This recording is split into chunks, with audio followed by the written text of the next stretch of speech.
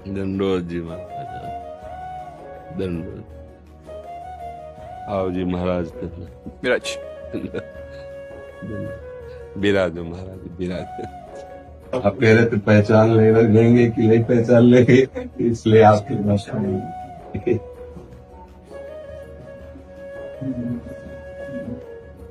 क्या सेवा करे जी आपके, दर्शन दिए आके आप। बड़ी कृपा करे। बहुत बहुत अच्छा बहुत अच्छा। नहीं, हमको भी बहुत अच्छा लगा, आप दर्शन दिए आके। बहुत कृपा की। बहुत साधना, उपासना, भक्ति, तपस्या सब होती है, पर गुरु के प्रति प्रेम, गुरु वाणी के प्रति ऐसा प्रेम, ये जो देखने को मिलता है ना, ये दो ऐसी अमोघ चीज हैं जो कितना भी कोई पतित हो उसका महामंगल। दंडोत जी महाराज, दंडोत। आप कुर्सी पे विराजेंगे? नहीं, आप कृपा करें कुर्सी पे बैठ जाए। आसन विराज, विराज, विराज। सुनो, हाँ, महाराज जी को माला।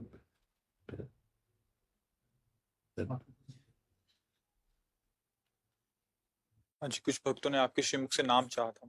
हम तो वृंदावन वासी, राधा उपासी, राधा राधा राधा रटते, राधा वल्लभ श्री हरिवंश। आपको जो गुरुदेव ने नाम दिया हो, पूर्ण श्रद्धा और विश्वास पूर्वक उसी का जप करो। हर नाम हमारे प्रभु का संपूर्ण बलशाली है, सब नाम समान है। बस नाम में बैठ जाओ, चिंता रूपी समुद्र से पार हो जाओ। नानक नाम जहाज है, चढ़े से उतरे पार।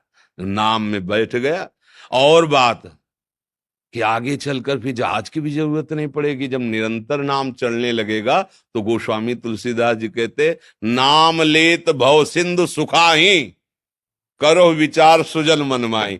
नाम लेते ये भव सिंधु ही खत्म हो जाएगा, पार होने की जरूरत ही नहीं पड़ेगी। आप निरंतर नाम जप करो। ये बातें सबको समझ में नहीं आएंगी, फिर भी कह रहा हूं, क्योंकि बहुत विविधता है दिमाग में।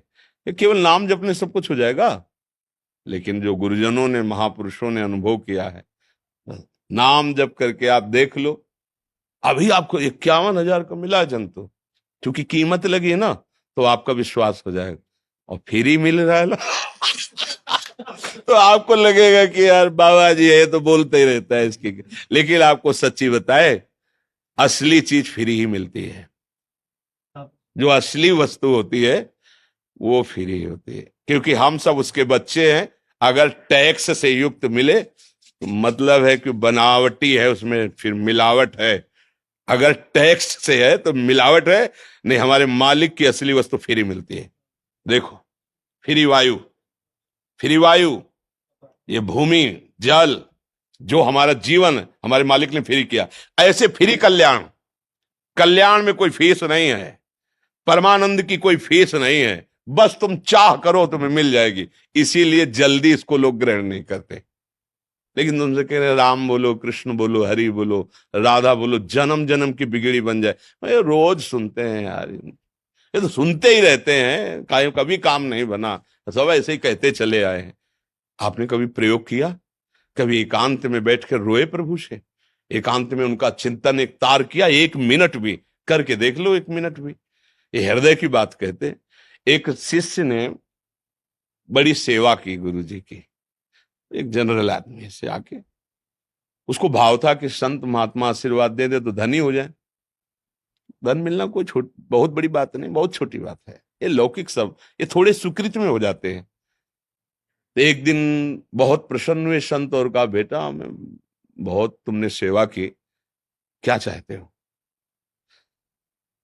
बोले, गुरु जी धन की आकांक्षा थी, सोचते सबसे बड़े धनी बन जाए।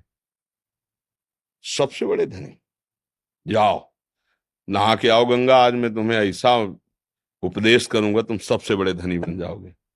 अब तो बड़ा पुलकित हो गया। उसने सोचा गुरुजी को हीरा जवाहरात मणि सिद्धि से निकाल के दे देंगे। आए, बैठे, बोले देखो किसी से कहना मत, बहुत गुप्त महामहिम है, राम राम जपो। उसके ऊपर जैसे मतलब आशा में पानी फिर गया हो।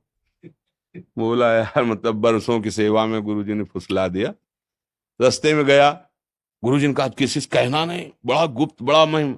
एक चरवाहे ने कहा राम राम, गुरुजी की सेवा कर। बोले ये तो भी राम राम बोल रहा है गुरुजी, मतलब फुसला दिया हमें। दूसरे दिन जब सेवा में आया तो सिद्ध पुरुष थे, उन्होंने देखा। वो बोला गुरुजी कुछ बात करना चाहते। बोले बाद में बात करना, जो झोली उठा के लाओ। और एक हीरा निकाला तपोबल से, और कहा जरा बाजार में इसकी दाम पूछ के आना, बेचना नहीं, बाजार में पूछे। तो सबसे पहले सब्जी मंडी में गया, कहा "ए, इसको देखते हो, चमकीली एक कांच की गोली सी है, हाँ 1 किलो बैंगन या 1 किलो आलू चाहो तो ले सकते हो तुम इसके बदले में। बोले ला ला। गुरुजी का बेचना नहीं, केवल दाम पूछ के आना है। कागज में लिखा कि सब्जी मंडी में इसकी कीमत 1 किलो आलू 1 किलो बैंगन। बनिया की दुकान पर उसने सोचा है तो कुछ चमकीला, पर ऐसे गरीब आदमी के पास हीरा कहाँ से आ सकता है। बोले 1,000 रुपया देंगे, रख दो। 1,000 रुपये बनिया की दुकान। स्वर्णकार के पास है तो हीरा, पर असली तो नहीं हो सकता, क्योंकि इसको असली कहाँ से मिलेगा, नकली है। तो 1,00,000 रुपया देंगे, रख दो। अब उसकी कीमत बढ़ती चली, 1,00,000 रुपये। और जब शहर के सबसे बड़े जौहरी के पास गया तो बोले तुम्हें सच्चाई से बतावें, हमारी पूरी दुकान का सोना और सब ले लो तो भी इसकी कीमत के बराबर नहीं, तुम जो चाहो ले लो, हमारे पास इसकी कीमत नहीं, यह अमूल्य हीरा है। लौट के गया, बोले गुरुजी ये तो अमूल्य हीरा है। बोले कैसे जाना। बोले सबसे बड़े जौहरी के पास जब गया, सब्जी वाले के पास गया तो कह रहा था 1 किलो बैंगन। तो बोले अगर हम कह देते बेच आओ तो तुम 1 किलो आलू बैंगन लेके आ जाते। जब तुमसे कहा बेचना नहीं तो तुम बढ़ते चले गए। फिर असली जौहरी ने, ये भगवान नाम कोई जो वीतराग परमहंस भगवत प्राप्त महात्मा वही जानता है नाम की कीमत। समझ रहे हो? हीरा की कीमत जैसे जौहरी जानता है, ऐसे कोई फकीर जानता है। भगवत अनुराग में मस्त नाम का क्या फल, अमोघ फल है, महामहिम है। बस विश्वास कर लो, जो तुम्हारा भाव राम कृष्ण हरि से जो नाम प्रिय लगे खूब जपो। हम तो राधा राधा जपते, क्योंकि हमें वृंदावन की कृपा प्राप्त हुई है। तो राधा रानी के चरणों का आश्रय, और राधा राधा राधा। क्या सेवा करे जी आपके दर्शन दिए आके आप बड़ी कृपा करिए, बड़ी कृपा। आओ जी महाराज, विराज। विराजो महाराज, विराज। धन्यवाद। आओ जी विराज, बड़ी कृपा की, आप दर्शन दिए आके, बड़ी कृपा की। ये पहले महाराज को उठा के आओ। ये हमारी लाडली जी की प्रसादी वस्त्र है। हाँ, श्री जी की, ठाकुर जी की प्रसादी। जय हो मेरे प्रभु, आपकी जय। हमें बड़ा सुख मिलता है, जैसे आप लोगों के दर्शन करते हैं ना, बहुत अच्छा लगता है। क्योंकि गुरुवाणी और भगवत स्वरूप, गुरु स्वरूप, साहब स्वरूप ग्रंथ की जो भावना देखे ना, वो मतलब हृदय हमारा उसमें बलिहार हो जाता है। चंवर डुल रहा है, उनके सामने वंदना हो रही, मतलब हम इस पर न्यौछावर हैं, जिसे ना, और जिसे साधना उपासना भक्ति तपस्या सब होती है, पर गुरु के प्रति प्रेम, गुरु वाणी के प्रति ऐसा प्रेम, ये जो देखने को मिलता है ना, ये दो ऐसी अमोघ चीज हैं जो कितना भी कोई पतित हो उसका महामंगल। वैसे भी शास्त्रों में मोक्ष मूलम गुरु कृपा, गुरु कृपा से ही। तो गुरुवाणी और गुरु कृपा, ये दो बात हमको बहुत पकड़ में आई। अच्छा, गुरुवाणी में सब महापुरुषों की वाणी, सब संतों की वाणी। तो हम जैसे आप लोगों को दर्शन करते, तो हमें एक सुख मिलता है कि गुरुवाणी का आदर और गुरु का आदर। जैसे आपस में मिलते हैं तो भगवान नाम उच्चारण करते हैं ना, जब आप मिलते हैं आपस में तो आप कहते हैं वाहे गुरु का खालसा, वाहे गुरु जी की फतेह। वाहे गुरु परमेश्वर ही है, वही पर ब्रह्म परमात्मा, पर उसको गुरु स्वरूप में स्वीकार करो, उसको गुरु वाणी के रूप में स्वीकार किया गया। बस जो इन दो बातों पर ध्यान दे दे, गुरु वाणी पर और गुरु पर, वो फतेह। हाँ, वो माया पर फतेह प्राप्त, वो काम क्रोध लोभ मोह मद मत्सर इन सबको जीत लेता है। इसमें ये जो बौद्धिक भेद है ना, ये सब मायाकृत है। हम सब चराचर जगत उसी मालिक के हैं, एक ही है वो एक ही है, वो सत्य है। उसी सत्य के हम सब सत्य अंश हैं। आंतरिक। अपने स्वरूप को ना पहचानने के कारण मैं तू, मेरा तेरा, और ये भेद जो हो गया, इसी का नाम माया है। और इसी भेद को जो मिटा दे, राग द्वेष को मिटा दे, वही गुरु स्वरूप है, वही आत्म स्वरूप है, वही फतेह को प्राप्त हो गया, वही मंगलमय हो गया है। बहुत बहुत अच्छा लगा, बहुत अच्छा लगा। नहीं, हमको भी बहुत अच्छा लगा, आप दर्शन दिए आके बहुत कृपा की, बहुत। राधे श्याम राधे। बोले सोनिहाल। जय वाहेगुरु जय जी का खालसा, वाहेगुरु जी की फतेह। जय जय श्री हरि। एक मेरा प्रश्न था, मेरे को जैसे पहले थे ना जिज्ञासु, पहले जब शुरू में लगा सवाल भगवान से भी, भगवान आप मेरा मार्गदर्शन ऐसे करे, अब मेरे को ये सब चाहिए। अब कोई कह भी दे ना, मेरे को भगवान से मांगने का मन नहीं करता। हाँ, ये उत्तम बात है।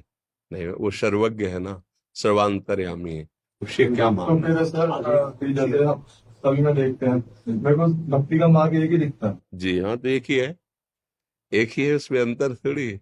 जब एक को स्वीकार किया तो एक ही है, एक ही अनेक रूपों में भास रहा है, कोई अंतर नहीं। हाँ, और जब अपने सामने कोई दुखी रूप लेकर आता है, हम लोग कोई दुखी संतों के पास आते ही हैं, कोई तो हमारा मन से, वचन से, कर्म से जितनी चेष्टा बने उसको सुख पहुंचाए, वाणी के द्वारा, चेष्टाओं के द्वारा धैर्य बनाते हुए उसे आगे बढ़ाएं। अपने लोगों का कार्य है सबको सुख देना। किसी से हमारा कोई ऐसा वाणी का व्यवहार, आचरण का व्यवहार न बने जिससे दुख हो। अब हमें परमात्मा से मांगना नहीं है कि इन सबको सुख हो, नहीं, हमें देखना है इन्हीं सब में परमात्मा बैठा हुआ है। ये बात इनको जनानी है कि अगर तुम उसको जान गए अपने स्वरूप को, तो तुम दुख रहित हो जाओगे। छोटी छोटी वस्तुओं के भोगों की प्राप्ति से सुख नहीं होता, ये केवल भ्रम है। सुख तो अपने स्वरूप में होता है, क्योंकि भगवान के हम बच्चे हैं, अंश हैं, तो हम जब तक अपने प्रभु से नहीं मिलेंगे तब तक हमारा विश्राम नहीं होगा। गोस्वामी जी कह रहे थे कि पायो परम विश्राम, राम समान प्रभु नहीं कहूं। जैसे आप लोग, आप सब जन कहते हैं, जो बोले सो निहाल। नहीं, निहाल मतलब परम सुख, परम आनंद। अब कोई बंधन नहीं, कोई शोक नहीं, बस उसी को समझाना है। अपने लोगों का कर्तव्य जो गुरु वाणी से मिला है, जो गुरुदेव ने हमें समझाया है, हम अपनी समझ इनकी समझ में डालें, इनकी समझ को पलटे। जो समझ भोगों में प्रबल होती है वो पापाचरण करती चली जाती है, फिसलते चले जाते हैं। हमारा कोई एक भाई फिसल करके ऐसे गड्ढे में गिरे जहां से निकलना मुश्किल है, तो ये ठीक नहीं है। हम कोशिश करेंगे, हम उसके आगे झुकेंगे, उसके हाथ जोड़ेंगे, उससे नाराज होंगे, उससे दुलार करेंगे कि वो ऐसे मार्ग में ना जाए जहां दुख पहुंचता है। बस हम प्रभु से मांगेंगे नहीं, क्योंकि मेरे ही प्रभु सब रूपों में बैठे। हमें ऐसा भाव देखना है। जैसा आपने कहा, मुझे लगता है सब एक ही भक्ति है। हाँ, एक ही प्रभु है, एक ही ईश्वर है, उसी की भाव के द्वारा अलग अलग आराधना हो रही है।